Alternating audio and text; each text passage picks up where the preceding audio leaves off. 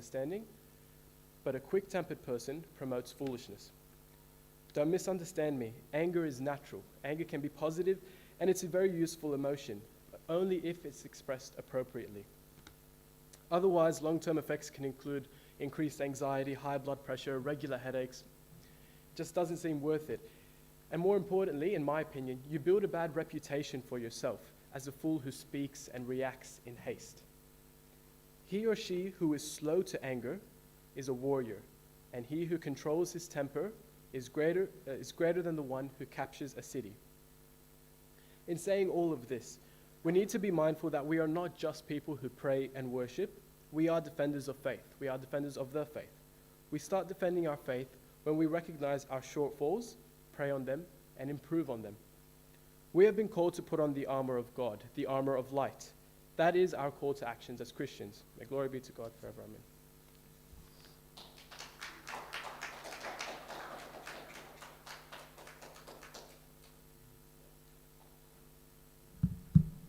Thank you, Matthew.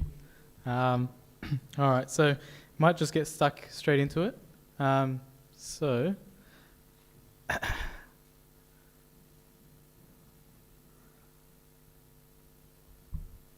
Samuel here? Oh, okay.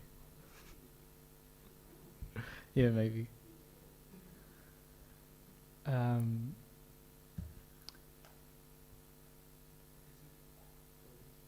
Okay, that's wonderful timing. God delivers it once again. So, so we've got the topic today. We're very lucky to have Samuel with us.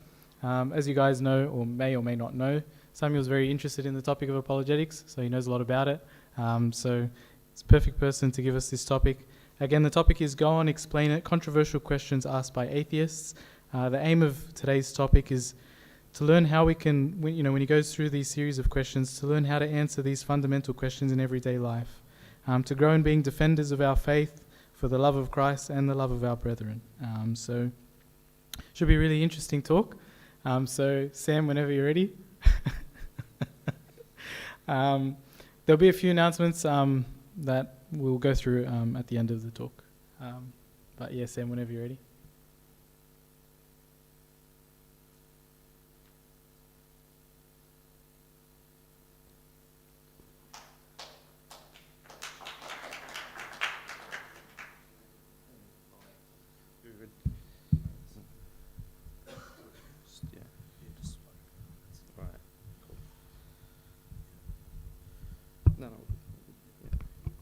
All right, cool. In the name of the Father, Son, and Holy Spirit, I'm going to. So I was here the whole time, I promise. I was just, I did not just park now. Been here for about 40 minutes. So I always get a bit nervous when I speak here because the last two times, actually, I think there's been one time since, but before both lockdowns, I was here on a Friday night, and then before the weekend was over, we went into lockdown, like before both of them. So, I mean, see what happens, but let's hope that this is the night that breaks third time's the charm. Okay, so what I'm going to do is, so Caroline asked for this topic. She's been asking about it for ages. And it's a difficult topic to talk about. Basically, I've interpreted what she told me as an introduction to apologetics. Can you just put your hands up if you've heard of apologetics in some shape or form? You've heard the word before. Does that mean the rest of you have not heard the word used before? Okay, all right.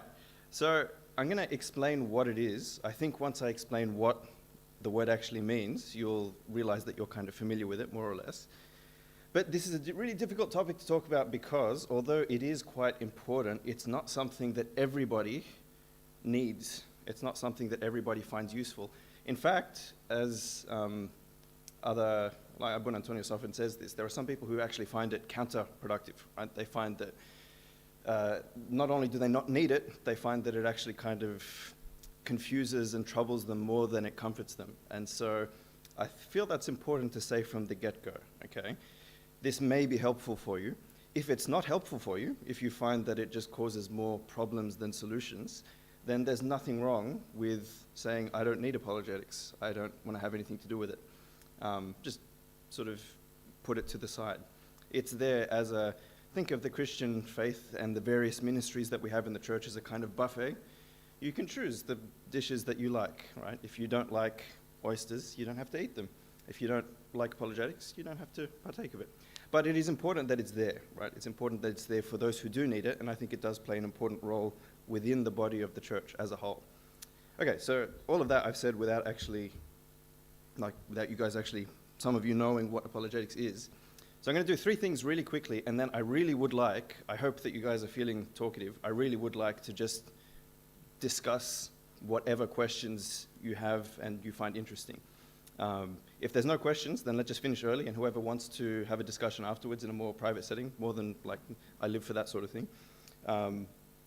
Otherwise, yeah, we can have an early night, all good. So I'm going to do 3 things really quickly before we jump to your questions or your comments. And you should feel free at any point to jump in and comment, and we can go back and forth. 3 things.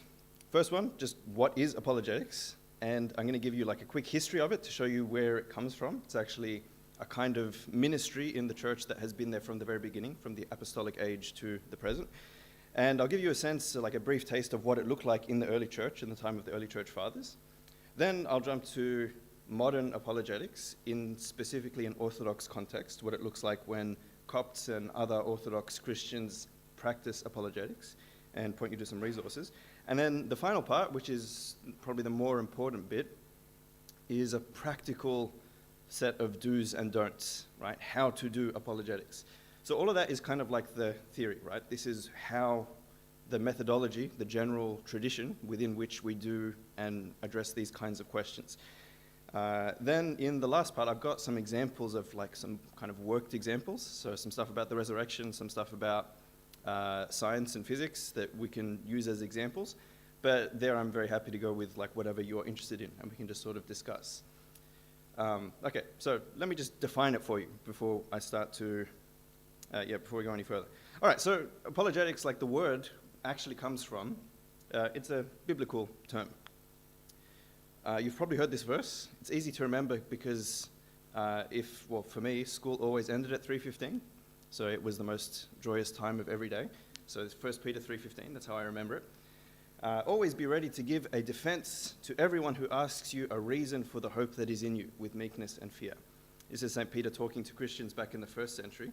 The idea is that there may be people who will come and say, you are a Christian, you believe that Jesus rose from the dead and that you can be saved if you believe in him. Why do you believe that? They want a reason for the hope that is in you. And you have to be ready to give a defense.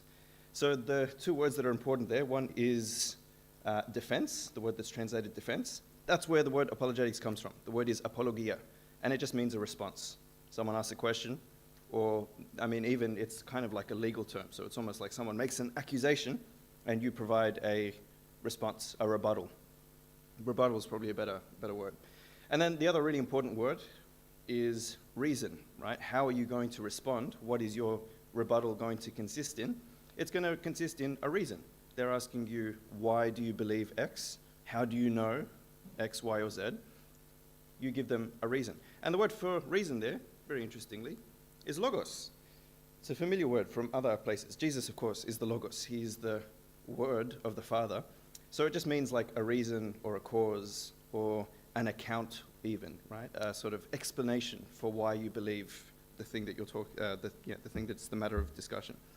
So from the very beginning, St. Peter is saying that there needs to be in the church people who can give a reason, right? When we're confronted with questions from those who don't share the faith that we have, the hope that we have, we can't just say, well, we believe it because we believe it.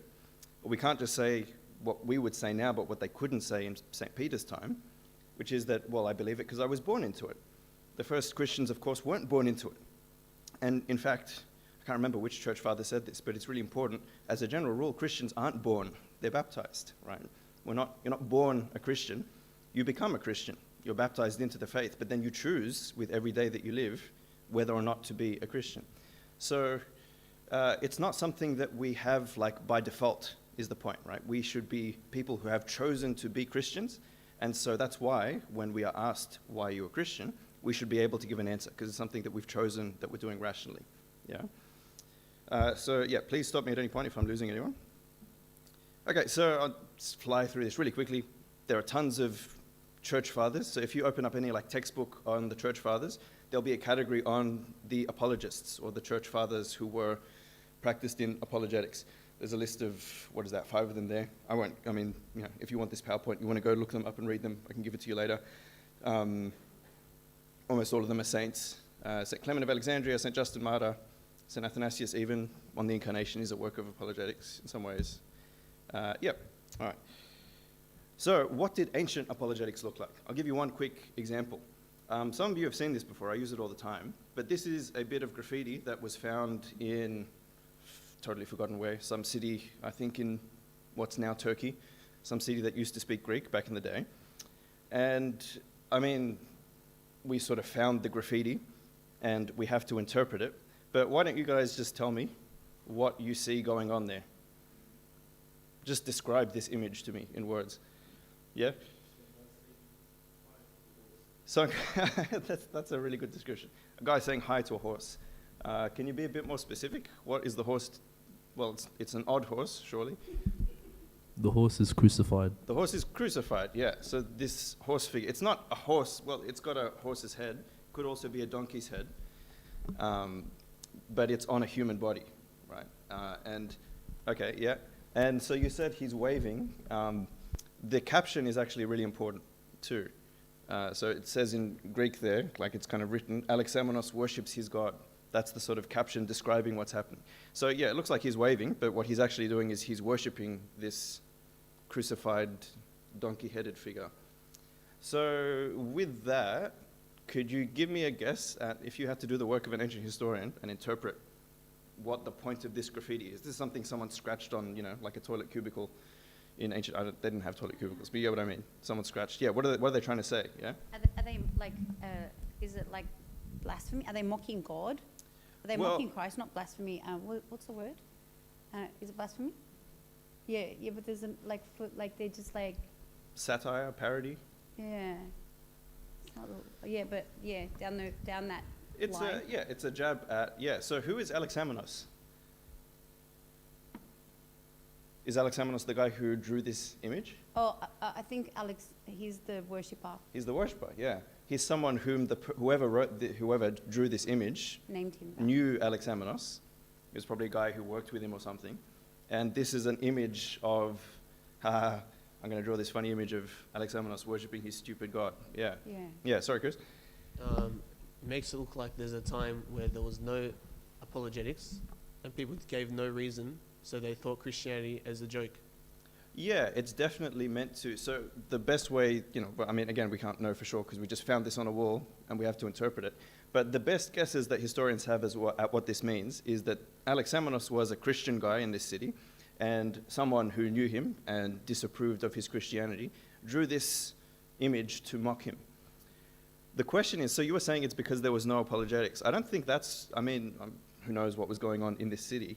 I don't think that's the main point of this image, though. There's definitely an attack on Christianity, but what do you think might be the point? Like, what exactly is being ridiculed about Alexamenos' Christian faith in this image? It's right, yeah. It's very significant that he's got a donkey's head, and a donkey in ancient times, as now, is a sort of shameful, stupid animal. Think of Eeyore from Winnie the Pooh. And the implication is that there's something shameful or stupid about a God, with air quotes, who would allow himself to be crucified. Because as we all know, crucifixion is a very shameful death, right? If you're a Roman citizen, you're never no matter what you do, you wouldn't be subjected to the shameful death of crucifixion. So St. Paul, right, was a Roman citizen, unlike most of the apostles and Jesus himself. And so when the Roman Empire decided to kill him, they beheaded him. That's the kind of decent, humane, civilized way of executing someone who has proper status in the Roman Empire. You can only be crucified if you are almost like subhuman status, right? It's a really humiliating, painful, slow way to die. And so the implication is that there's something incredibly ungodlike about allowing yourself to be crucified. I'll give you an example. This is a text by Celsus, was an ancient philosopher who wrote a long text against Christianity. This is actually one of the things that he specifically criticizes about Jesus. So this is a sort of his attack on Christianity. He says, what God or spirit or even a prudent man, like even a man with half a brain, would not, on foreseeing that such events were to befall him, meaning the crucifixion, avoid them if he could. Whereas he, as in your God Jesus, threw himself headlong into those things which he knew beforehand were going to happen. Basically saying, right, you believe that this Jesus fellow is God, which means he knew what was going to happen. If he had half a brain, how did he not prevent, and he had the power to, why did he not prevent that from happening? There's something just completely incompatible about the idea of crucifixion and the idea of divinity. It's kind of doesn't make that much sense to us now, because really interestingly, I don't know if you would agree with this, but my sense is that nowadays, even though we live in a very non-Christian world, the thing that people find like silly about Christianity is not that he let himself be crucified. If anything, our spirit as a culture has changed enough that we see that, like, even if you don't believe in Jesus as the Son of God, you view the idea of laying down your life for someone, even in a really humiliating way, as a very noble and loving thing to do. It's not a sign of weakness. In fact, it's a sign of strength that you're able to, or that you're willing to endure humiliation on behalf of someone else. The ancient world didn't think that way, right? They had gods who died and sort of, died and rose with the seasons. They never had gods who died in that way, who let themselves be kind of overpowered by puny human beings. Like to kill a god, to kill Hercules or something, you need like a titan or another god, To let yourself be killed by human beings in a really shameful way, that seemed to be like just proof, obviously, this being was not a god. He was just a really normal, not particularly intelligent human being. So that's the kind of example of someone coming to, like St. Peter was saying, someone coming and asking a reason of Christians. How can you believe in a God that is so, given everything that we know about what a God is, how could you believe in a God that does this incredibly ungodlike, ridiculous thing? So I'll give you an example of how an ancient Christian apologist responded to that. It's actually a really clever move. Can you put your hand up if you've seen the movie 300? It's very old now.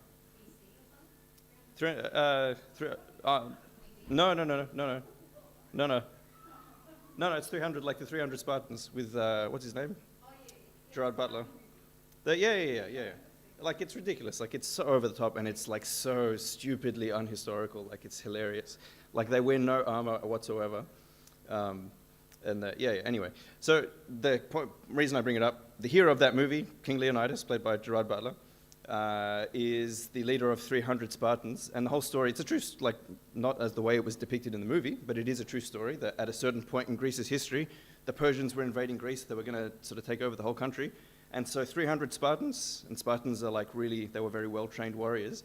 They went to a particular, like, narrow point, and there was only 300 of them, and there was like 50,000 Spartans or something like that, Persians. And the 300 of them just camped out in that little narrow, like, crevice, and they basically gave their lives. They fought every single Spartan, Persian, to sort of give the rest of Greece time to defend themselves. And they knew there's no way 300 versus 50,000 they were going to survive. And so they kind of laid down their lives. And to the point that Leonidas was kind of remembered as a hero in Greek pagan culture. And so Origen, he was also an ancient Christian apologist, in responding to Celsus's point about Jesus being stupid in laying down his life, he says, no, hold on. Don't you also, in your culture, in your religion, don't you venerate and honor King Leonidas, who laid down his life and knew that he was going to die when he went with 300 men to fight 50,000 men? He says, Leonidas, the Spartan general, knowing that he was on the point of dying with his followers at Thermopylae, did not make any effort to preserve his life by disgraceful means, but said to his companions, let us go to breakfast as we shall sup in Hades. The better translation from the movie is, what was it? Eat breakfast, boys, for tonight we dine in hell. Much better translation, but same point, right? Leonidas and his 300 Spartans know that they're going to die, but they have a noble calling to lay down their lives for their people, and so they're willing to go and do it. So the point is that Origen is not, sometimes what we would do is we would just be offended. Like, how could you say those things about my God? My God's going to smash you, right? You keep saying that stuff, wait till you get to Judgment Day. I can't wait to see you burning in hell. That's the sort of instinct, very human instinct that we would have. Origen's response is not to be offended.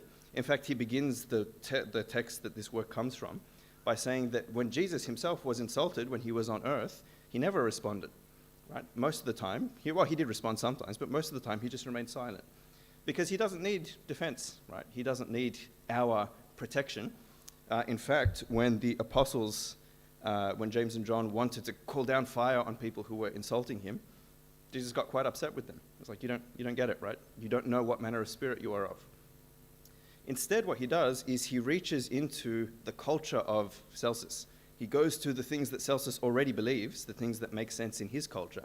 And he says, hold on, don't you see that what you're ridiculing in our belief is actually something that you already believe? You're unfairly applying different standards to Leonidas and to Jesus. So the really important thing there is that in order to effectively respond, what Origen is doing is he is an expert in the culture of the world around him. He doesn't just know the Bible. He knows about Leonidas. He knows about Plato and Aristotle and Greek philosophy, because that's the culture that he's in, right? He's not in a bubble. He's looked at the world around him, and he's able to engage with someone like Celsus on the basis of his own culture. All right, so that's ancient apologetics. That's the sort of thing that was said about Christians back then. Your God is weak, he's silly.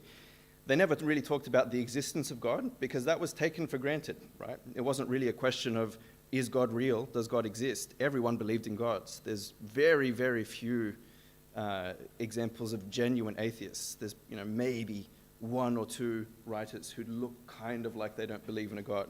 But this just wasn't a fundamental thing. That's a very modern question. So that's why you don't find any ancient Christian apologetics about, proving the existence of God. It just wasn't a question. It was conditioned to the kinds of questions that people at the time had. Okay, so let's move to the modern era, right? What kinds of questions, what kinds of challenges do we face as Christians today? So I think the biggest category is things to do with reason, right? Have you watched House? I hope you have. It's a fantastic, excellent show. It's in my top 5. And House, the main character, played by Hugh Laurie, so he's a doctor, and he's he's a caricature of an extremely scientific rationalist guy, kind of like Richard Dawkins, but with a sarcastic American accent. And so in one of the episodes, he's very, very atheistic. He really hates religious people. He finds them ridiculous.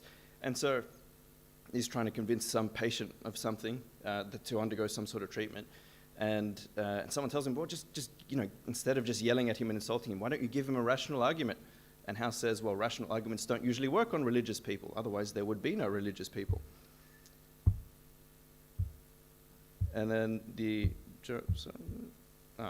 journalist H.L. Mencken, religion is fundamentally opposed to everything I hold in veneration: courage, clear thinking, honesty, fairness, and above all, love of the truth. So the claim here, notice how different it is to the kind of conversation they were having back in the time of Origen. The claim here is that, I suppose, not just Christianity, but religion in general, if we're talking about our sort of Western, secular, atheistic culture, the idea is that in order to be religious, you have to do away with things like intellectual courage, right? The courage to look into questions and follow the truth wherever it leads. You can't do that if you're a religious person, because you believe ridiculous things that can't be proved by reason. So you have to kind of shut down your rational faculties, your rational thinking, in order to convince yourself that the ridiculous things you believe are true.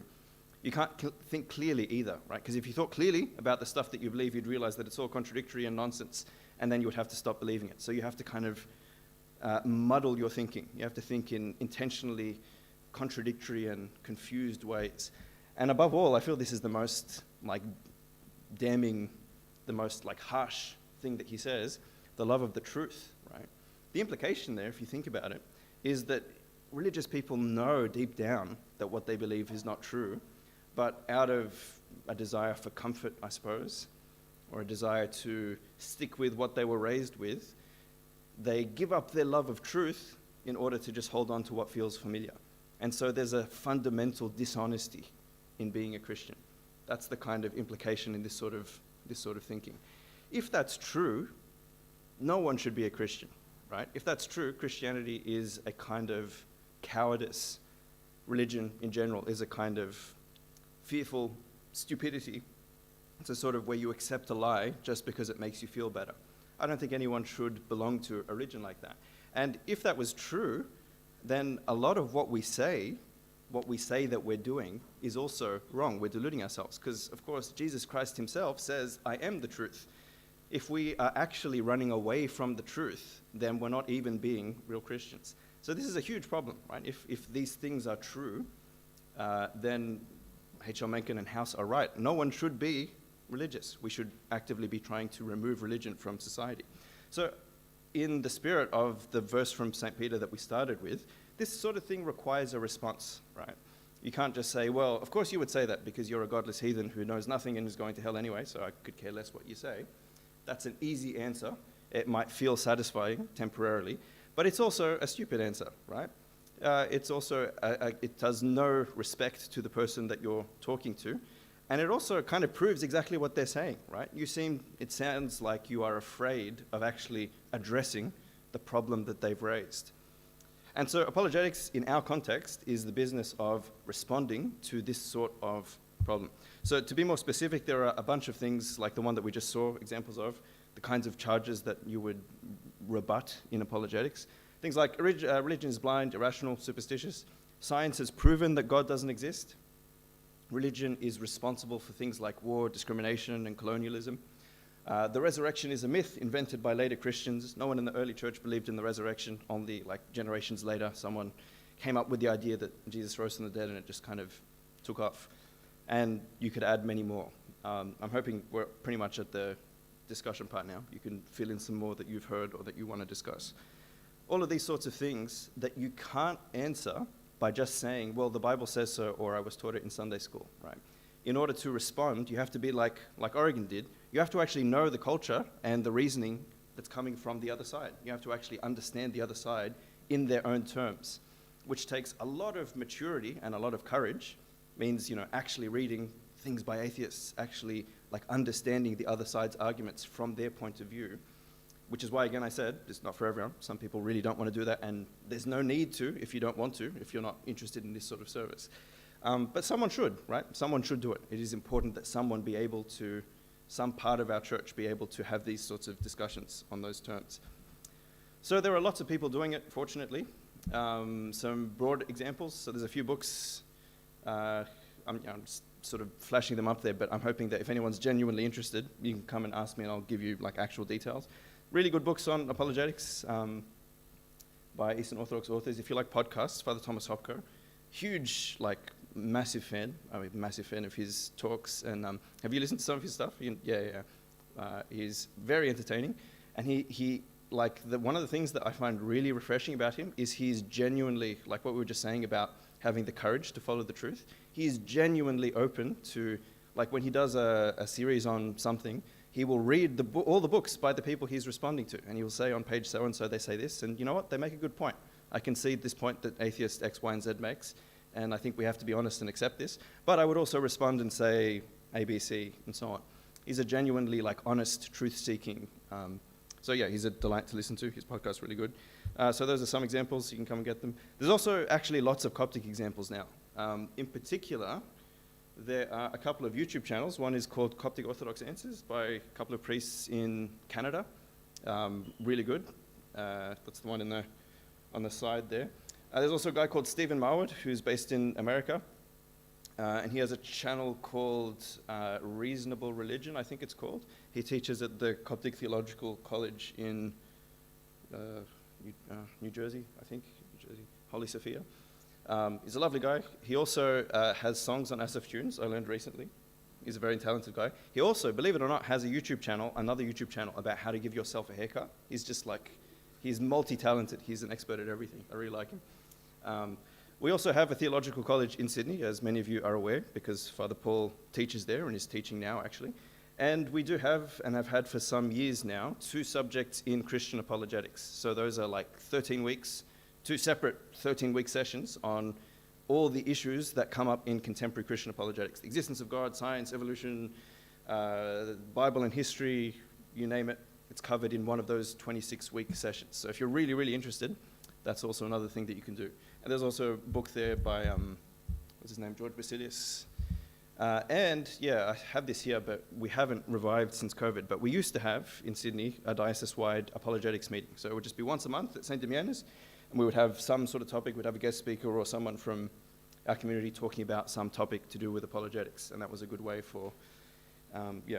If anyone is really interested, we desperately need some servants to help like revive it, because sort of, yeah, during COVID, people got married and had children, and as often happens with services, you would know about that, because we lost, yeah, your sister is responsible for the fall of one of our major servants.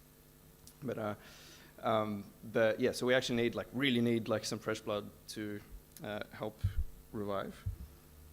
Okay, so last thing, some quick do's and don'ts. How do you, when you're actually engaging in these questions and responding or trying to find out how to respond, how should one do it in a way that is both Christian and still honest, right? That's not just a matter of assuming that you're right and just bashing the other side because you know that they're wrong already. So I'll start with the don'ts, right? Just a few general considerations. First don't is don't defend the faith. I've got it in air quotes there because there's a sense in which obviously if you're doing apologetics, you're kind of defending the faith. It's part of the definition. But what I mean is in the sense that Pope Tawadros is talking about here. And he was talking here, there was a specific circumstance where particular people had acted very unchristianly towards other Christians because of the way that they viewed themselves as defending the faith against certain other people that they thought were damaging the faith, and their actions were quite unchristian in the way that they were going about it. And so the Pope kind of rebuked them in a sermon, saying the faith of the church is protected by the keeper of the church, who is Christ. No one can say, I am protecting the faith. This is a really important point, because if Christianity is actually true, right? Jesus really is the Son of God. He founded the church. He doesn't need me or you to defend the faith. The Holy Spirit is defending the faith. It toppled the Roman Empire. Where's the Roman emperor, right? He's gone because he became Christian, and then, the whole Roman Empire, the whole religion of the ancient Greco-Roman world disappeared. It crumbled because of the way that Christ acted throughout history. I think he can handle preserving his faith alive without our help. So in the same way that every service, right, God is using you, but he doesn't need you, it's the same with apologetics, right? So if you're ever tempted to do un-Christ-like things to defend the faith, not doing it correctly, right? So that's the first point. Don't go into it thinking that Jesus needs you to defend his honor, as though he's this sort of helpless damsel in distress that needs you to stand up for him. He can take care of himself, but yeah, all right. So that's one thing. I already mentioned that, we can skip it. Another really important thing is to not think that by constructing really good arguments and really good responses to atheist objections, we will instantly convert thousands of millions, right? There's several reasons for that. One of them is, as you can probably tell, although it's important to do it in a Christian way, and like any other service, it requires as a prerequisite that we're trying to live a Christian life and be in communion with Christ in ourselves. It is a very kind of intellectual, academic pursuit, right? It's about science, or it's about philosophy, or about history, whatever. It involves facts and dates and reading and reasoning. And at the end of the day, although those things are good and they do play an important role in how people decide what they believe, at a much deeper level, people make their choices about what to believe independently of those things. I think this is a complicated issue, and there's probably room for debate. But Alexander Schmemann puts it really well. It's a common mistake to think that education is on the level of ideas. No, it is always a transmission of experience. People are not convinced by reasoning. Either they catch fire or they do not. I think that's really true, right? At some level, reasoning kind of does or doesn't. Like, someone is just as likely to be converted by meeting a really simple monk who can't spell their own name, just by experiencing the kind of life or the virtues or the presence of Christ in that person, as they are by a really well-constructed argument for the existence of God. In fact, they're more likely to be converted by the monk, because that's something which Christ is really present, right? So that's why even when we're doing apologetics, obviously apologetics is still important, it still has its role, because you need to take people seriously. If they have questions, you have to actually respond to the questions. But at the same time, if Christ isn't present as an actual living being inside you, then all the apologetics will kind of fall flat. So that is an important thing to remember, right? It's not a matter of if we do apologetics really well, there'll be no atheists left. They'll all realize how wrong they are and just convert. In fact, this is probably the most controversial thing I'll say tonight, I hope, but I think that I feel like once it's said this way, it sounds controversial, but it's actually almost impossible to, it just has to be true. If God wanted us to be certain, he wanted us to be able to remove all doubt in ourselves and in others, so that it was obviously true that Christianity is true and God exists, etc. He would be doing a lot more, right? He would be appearing on top of the opera house. He would still be physically present. He would be an eternal reigning king on earth. He wouldn't have disappeared and ascended to heaven and kind of left this question, well, did he rise from the dead? Did he not? I don't know. Maybe he did, maybe he didn't. Saint Macarius, or the book is called The Macarian Homilies. It's a complicated story. He's a monk from the Syrian desert around the 4th century, not the famous Saint Macarius that we know, but his homilies are very, very treasured in our church. He says, I won't read you that whole quote, but he talks about how the apostles, when they went through the cities in Acts and they were healing people and raising people from the dead, they did heal people and they did raise people from the dead, but they only did it a little bit, right? They didn't raise all the dead people. They didn't heal all the sick people. And he points out that surely the apostles personally would have wished to give life to all the dead and bring health to all the sick in the cities that they visited. And yet, they didn't. They did not perfectly have their own way, Macarius explains, for it was not permitted to them to do all that they had wished. Why? He explains, I'll skip a bit. He says, for if the apostles had accomplished everything they wished, as in if they had raised every single dead person ever and healed every sick person, they would have brought men and free will into God's service by a certain compulsory force, and not by faith or by unbelief. He makes this point a few times in his homilies, actually. Someone asks him, why is it if Christ is risen from the dead, that Christians still die and decompose? Why is it that you can go to a Christian cemetery full of people who believe that Christ is risen from the dead and death has been trampled down by death?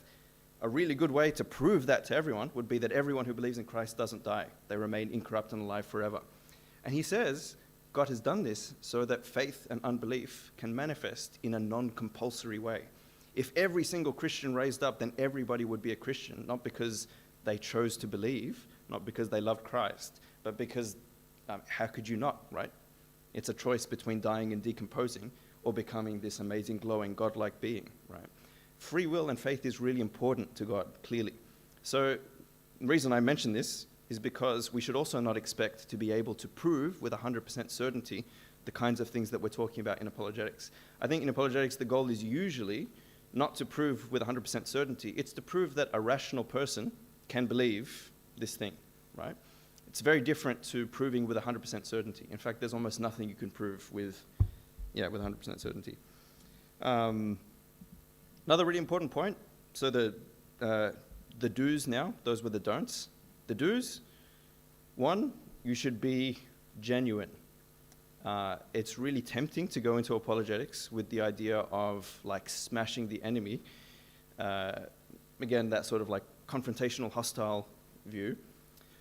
One of the reasons that that is a really bad idea is because people can tell when all you're doing is trying to kind of outsmart them into accepting your point of view. Remember what H.L. Mencken said, right? It's the thing that makes you religious is that you don't have a love for truth. If what you're doing in a conversation is just trying to outmaneuver them and kind of trick them into into seeing how wrong they are, and you don't actually care about the truth of the matter, then why should they listen to you? So this is a good example of why I love Father Tom so much. When he gives advice to people who are struggling, not necessarily speaking to atheists or something, but people who are struggling with their own faith, with their own questions, he says, if a person is really doubting whether God even exists, they still have to pray. At least that's what I tell them. You've got to say, so his point is you can't say, you're not in the state where you can say, dear Jesus, or, dear God the Father. Maybe you don't believe that. Maybe you genuinely are not convinced of that. If that's the case, then you have to pray authentically. And so you say, to whom it may concern, if you are there, I don't want a figment, then teach me and guide me, but I want you as you are. I don't want a figment of my own imagination. I don't want something that my parents or my culture or my tradition hoisted on me. I don't want the lies that have come across, even from churches. I want you as you are, and even kill me, but I want you. Notice how he's willing to accept the truth, whatever it is, right? But you want the actual truth. You're not sticking to an idol that you've created or that your parents have created or that your culture has created. You're willing to seek the actual truth. And so you don't sort of pretend to believe things that you don't actually believe. You don't make things up. You're genuinely honest and sincerely seeking the truth. Another do, and I'll skip through this now so we can finish with 15 minutes left for the questions, is to be curious, right? Like I was saying, a lot of these, the questions have to do with questions of like science and history and philosophy, etc. You can't do justice to those questions in conversation or for yourself if you don't actually look into those areas. Google's not good enough, right? Because who chooses the first 10 pages of Google results? Like advertisers and Google, who know nothing about anything. There are like universities, and there are books, and there's an actual world of, our culture has started to forget this now, but there are people who know about things. They become experts through years of study and so on. And the amazing thing about experts is you don't need to trust them because they're an expert.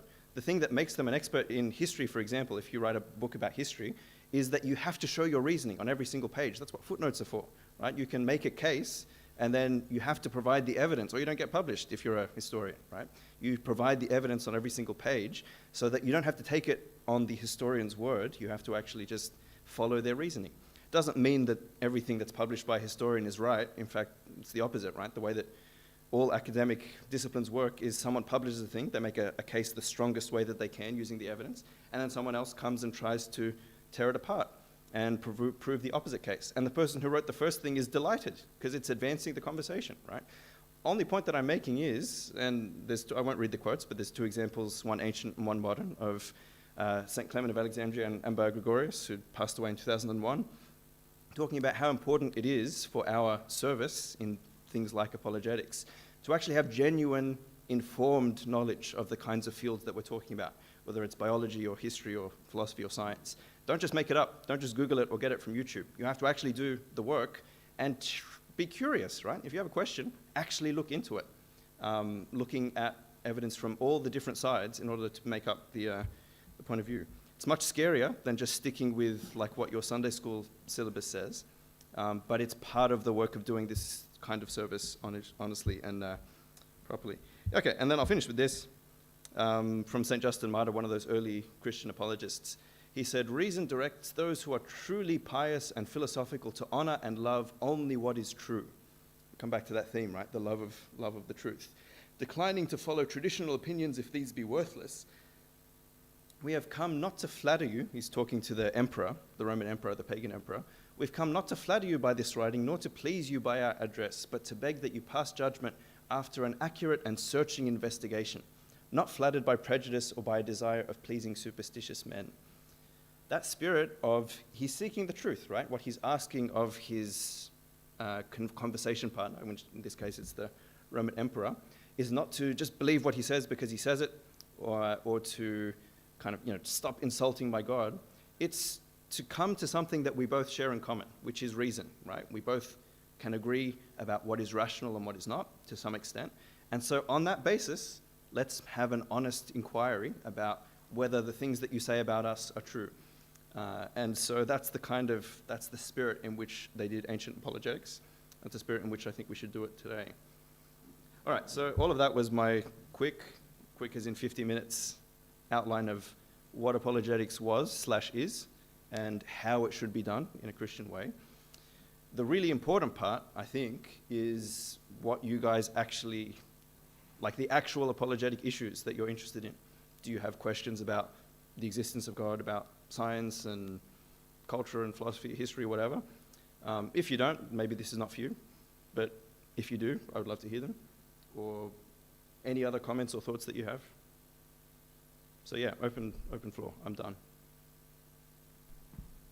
Maybe just take 60 minutes to just settle after my rambling. I wasn't going to say anything. I was trying to take them. But I will ask something then, if just while everyone's thinking of something. You've mentioned a couple of times that, if it's for you, if you feel compelled to or whatever, but are we called to always give a defense? Like, should we be in a position where we if we ever cross someone that has a question or isn't an atheist, that is an atheist or whatever, that we should. Is give- it like a responsibility that we Yeah, kind like of a all duty, should- Yeah. as children of God, or Yeah. at least as people who have tasted and seen. Yeah. Look, I think there's a difference between, like, everyone can witness to their having tasted and seen, not through apologetics, but just through living a Christian life, right? Which is, as I was trying to emphasize, is the main thing that's going to do, like, that's the real witness to Christ anyway. There's nothing wrong with if you're confronted by an apologetic type issue. There's nothing wrong with saying, I don't know. In fact, that's often the best answer, right? There's no way that even someone who does this for a living, an expert, is going to have like a ready-made response to every issue. In fact, like, honestly, in my experience, like, when we had the apologetics meetings, we had for a few, like, years, there was a local atheist group who would come with a group of 10 or 15 atheists, and they really enjoyed, like, coming and listening to the talk. They never agreed with any of it. We didn't get one baptism, and we weren't trying to, right? But they just really enjoyed coming and not being sort of bashed down when they ask questions, just sort of hearing other Christians say, oh, that's a good point. Okay, yeah, let me think about that. I'm not sure. The point being, it kind of destroyed their stereotype of the House H.L. Mencken thing about Christians being sort of afraid of the truth and afraid of curiosity. So I don't think it's important to, I know that's not what you're saying, but what I'm saying is I think, we do have that duty, but the way to do it might be to learn all the apologetics and get really curious, but it also might just be to be an honest, be able to say, I don't know, when you don't know the answer, and mainly to just witness to Christ in a living, practical way. Yeah.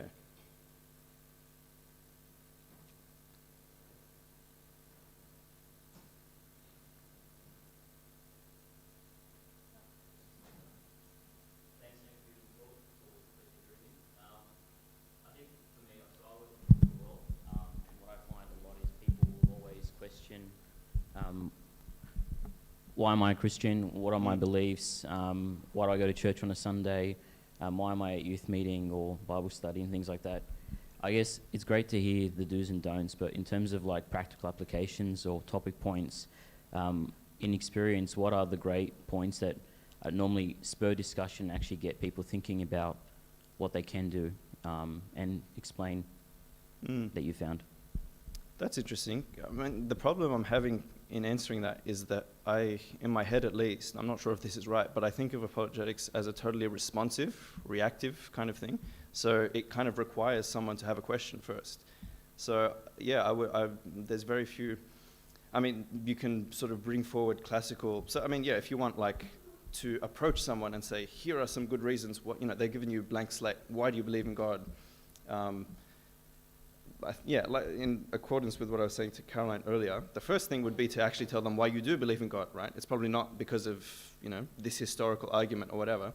It's because of whatever reasons are genuinely the reasons that you do. So, you'd probably start with that. But if you want, there's no way to do it in like 5 minutes, but, there's a whole ton of, I won't go through it, but so that one's about the resurrection. But one of the ones that I find really compelling it's called the fine-tuning argument, right? So like in 30-second summary, you know that in physics and in, let's just stick with physics, there's a bunch of forces, and the forces have particular strengths, right? So gravity causes things to accelerate at a particular rate. What is it, 6.67, whatever, g, the value of g in physics.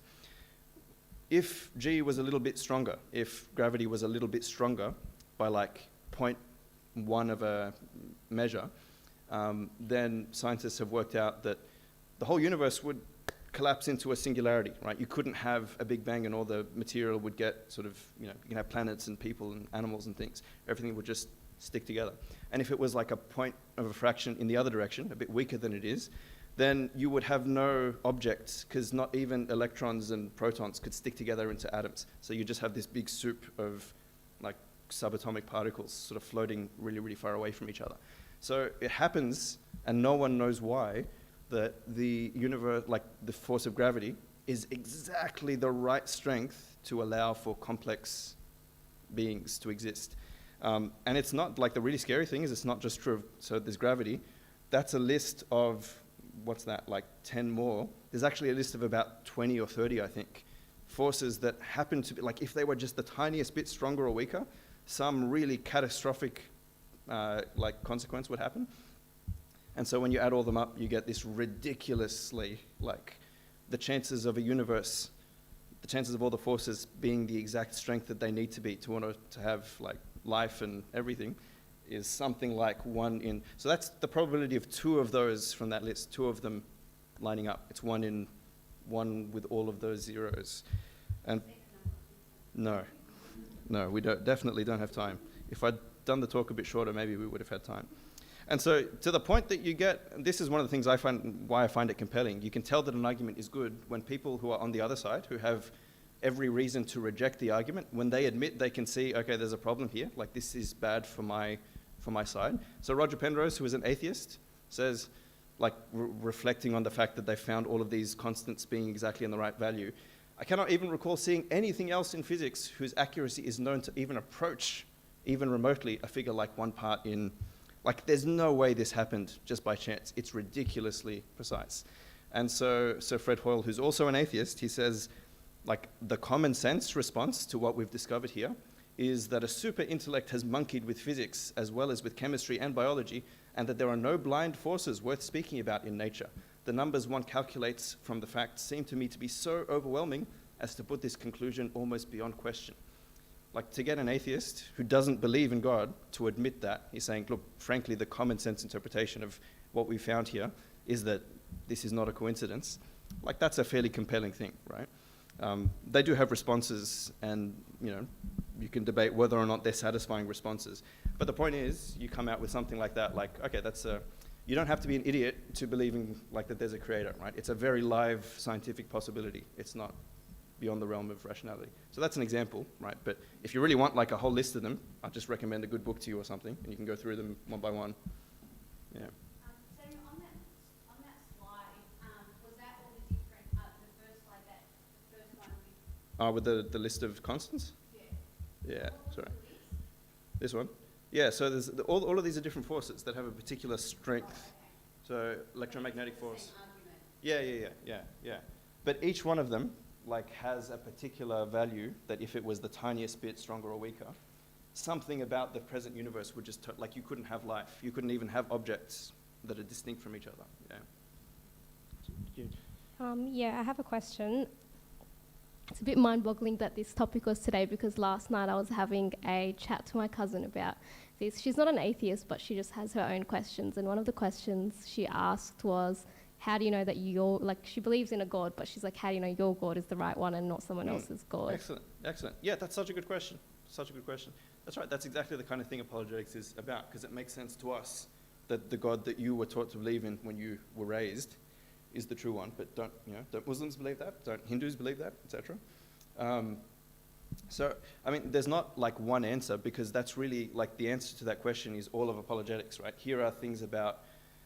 Okay, so I suppose to make it a little bit more narrow, so things like this apply to every religion, right? So arguments like this will get you to the point that there is a God who made the universe. But this doesn't tell you that it's the Christian God or so on. So I suppose that the kinds of apologetic arguments that you want in a situation like that are the things that are specific to Christianity. So almost all of those have to do with Jesus, right? They have to do with things like the resurrection. Are there good reasons to believe that Jesus rose from the dead? Also arguments like the particular, so often there's like a moral argument, right? That the kind of moral vision that Jesus has is so different and so countercultural to the setting that he lived in that it's hard to explain how he was just a sort of natural product of his environment. He seems to kind of introduce something that's genuinely new and unusual to history. So that would be one thing. And it is like there has been no other person who caused like as much like historical change on the scale that Jesus did. I think that's really kind of undeniable. Yeah. Well, I mean, even like, Muslims use a different calendar and so on. But yeah, for Western society, because we used to be Christian, that's true. But it just like in terms of, it's a much bigger argument. But even things like atheism, I don't think would have been possible in like our whole understanding of religion as a human race has changed as a result of Christianity. So that would be another kind of argument. But yeah, so a long time ago, we used to have a series of 3 days that were called Why Days. So the first one was Why God, which was stuff like this. Then there was Why Christianity, and that's the one that you would want your cousin to come to, because all of that is specifically stuff to do with Christianity. Why I believe in the New Testament, why I believe in the Christian God specifically, as opposed to others. So, yeah. I can't remember. Somewhere, yeah. And so I do, yeah, I've like an example which we don't have time for, but maybe I can show you after, like about one of the arguments for the resurrection. If Jesus really rose from the dead, that's a pretty good sign that his religion, like that, what he was saying about himself is probably true, yeah. So yeah, it's a quick answer, but the actual answer is I'll give you stuff to read and you can throw it at your cousin.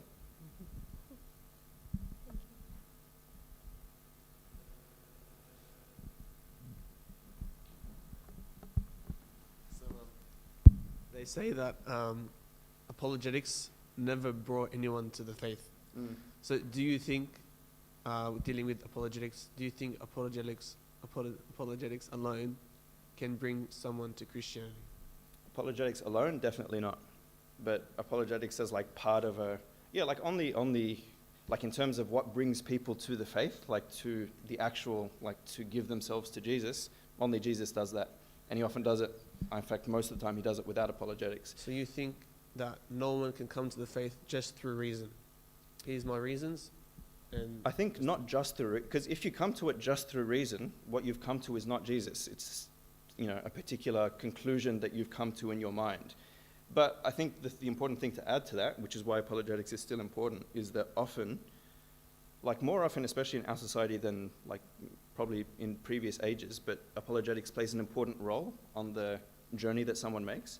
So someone can be very open, spiritually speaking, to Christ and to the Christian faith, but they have all of these like obstacles which are rational, right? It's like, I would love it to be true, but unfortunately, I know all this stuff about science that just proves that it can't be true, right? In that case, you actually need apologetics, right? If that person's going to honestly become a Christian, they need to think through the issues, and it needs to become an actual live, rational possibility for them. So it can play an important role, but I think that it doesn't save anyone on its own. Is that fair? yes.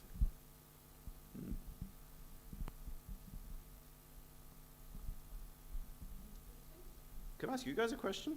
Have you actually, can you put your hands up if you've had a conversation that's vaguely apologetics with, so like you've obviously had some with your cousin.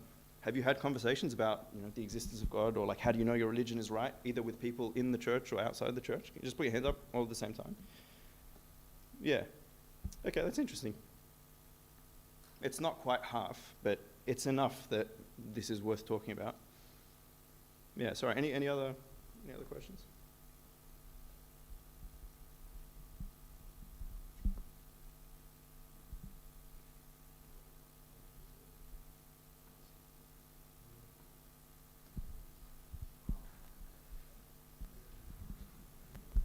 Sorry, I just had a quick question.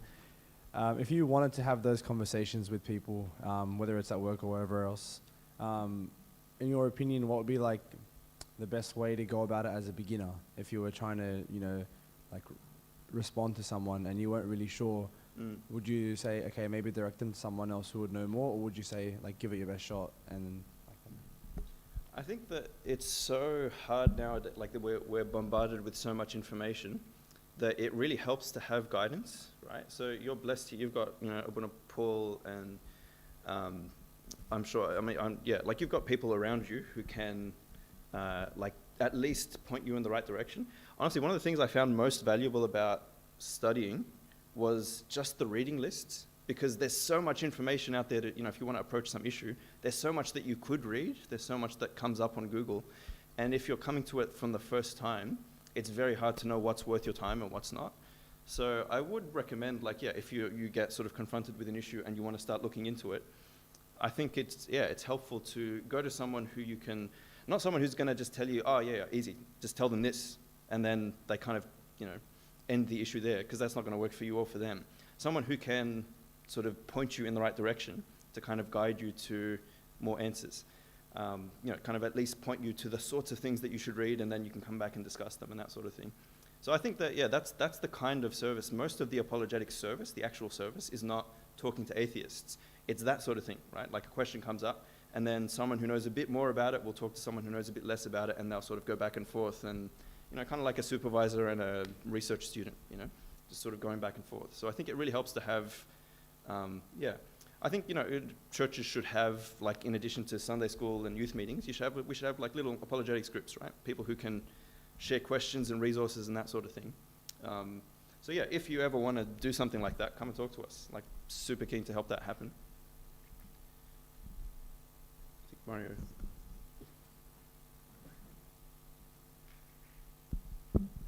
So I had an argument with the guy before, and I told him like some number like that is like, yeah, the probability of this happening is probably 1 over like billions. Like, Sorry, can you see, push? like Yeah. you see 1 over like billions, or like I don't know whatever number that is, but they always respond like it's not 0, you know, it could happen, you don't know, even as long as it's not 0, it could. Yeah. We don't know how long. Look, that's so true. what do you respond to that? It's totally fair, you know. That's why I was saying before, there's no such thing as like 100% certainty. Because, yeah, it could be that just the dice were rolled and we got the 1 in 1 billion. It's the same with, like, think of all the other things that you believe. Like, a good example is, like, how do you know that your parents love you, right? You can list all of these examples of things that they've done for you. But then, and that's enough for most people to conclude, okay, yeah, my parents love me because I've got all this evidence from their actions and their words and so on. But it's entirely possible, like in terms of logically possible, it's possible that they're faking it, right? It's possible that they actually despise you and, I don't know, they for some reason, they just want to make it look like really convincingly, like they want to convince everyone else that they love you, and they would act in exactly the same way. So the point I'm making is that, yeah, there's that kind of response is always possible, right? There's no such thing as I have proved with 100% certainty that this thing is true. I think the only, like, the more respectable, the more reasonable, like, goal is that, okay, sure, that's also possible, but you must concede that what I'm saying is also very, very possible. In fact, it's much more likely in this case, right? It's much more likely that we ended up on this particular value, which is, you know, fine-tuned for life, because someone intended it to be that way, than that we just sort of, you know, I grant that it's possible, what you're saying is also possible, but, you know, you've got to also see that there's a lot of reason on the other side. So yeah, that's... I just want to share one thing. Whenever I've been confronted with a question about the existence of God or Christ or whatever, I've kind of always thrown it back on God. And given them like the Saint Moses the Black idea of like maybe like if I didn't have an answer, I would just say, you know, the truth is, if you really, really want to know whether God exists, if you ask earnestly for him to reveal himself to you with a fervent heart, he will, because that's who he is. And then either way, you don't lose anything, whether he proves himself or he doesn't. You haven't lost anything, but it's really worth the chance. Yeah, I like that. So. That's why I like Father Tom's honest prayer here, right? Because the thing there is not for, you have to pray. I think this is true for Christian, like, forget apologetics, this is true for all of us. We can't pray things that we don't mean, or we shouldn't pray things that we don't mean. So if you can't say, like, if you can't, listening to a talk by Anthony Bloom, he was like an expert in prayer, and he says that, you know, when you get to a verse in a psalm and you can't say that honestly, you have to kind of, in your mind, say, Lord, I'm saying these words, I don't know what they mean, but, you know, I trust that David wrote them for a reason. I'm going to give this prayer to David and he can carry it to you, but I don't know what it means. It's not me saying it at this point. And he says it's important to use your psalter, like your agbeya, like with intelligence, right? You have to actually say what you actually believe, right? So I think that's, yeah, the important thing there would be you have to seek God, but don't seek, like, be open, right? You look for whatever's out there. If you don't know what's out there, then just pray. If you are there, then respond to me, right? It has to be an honest prayer. It has to not be, yeah. No, but yeah, I agree with that, totally. All right, cool. All right, thank you, guys. I hope it made some sense.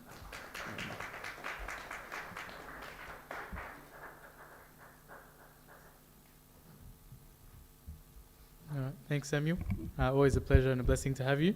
So there are a few announcements to go through. So the first is there's no youth meeting next week. So please don't come here next week because there'll be no one here. That's because we have our ski trip next week. So just again a reminder, next week there's no youth meeting. We'll try to put it on the chat as well so no one comes accidentally. Other announcements. Today we've got food and fellowship after the youth meeting, so please hang around. The volleyball net will be set up on the basketball court for those who want to practice, because this Sunday, it is this Sunday, yes, this Sunday, St. Barbara's Church has invited us to a volleyball competition after their youth meeting, which starts at 7 p.m. at St. Barbara's Church in Campbelltown. If you're interested in actually playing during the competition, please message Chris McGalley. Yep, so that's that. Every Thursday there's a youth tasbah at 7 p.m. to 8 p.m. Every Thursday in the Arabic church, so it would be lovely to have all of you there. And there will be a combined Sydney Youth Committee combined youth meeting on the 25th of August, Thursday. More details to come, but just save the date for now. So 25th of August, there'll be a Sydney Youth Committee combined youth meeting. All right, so we'll just stand up for prayer.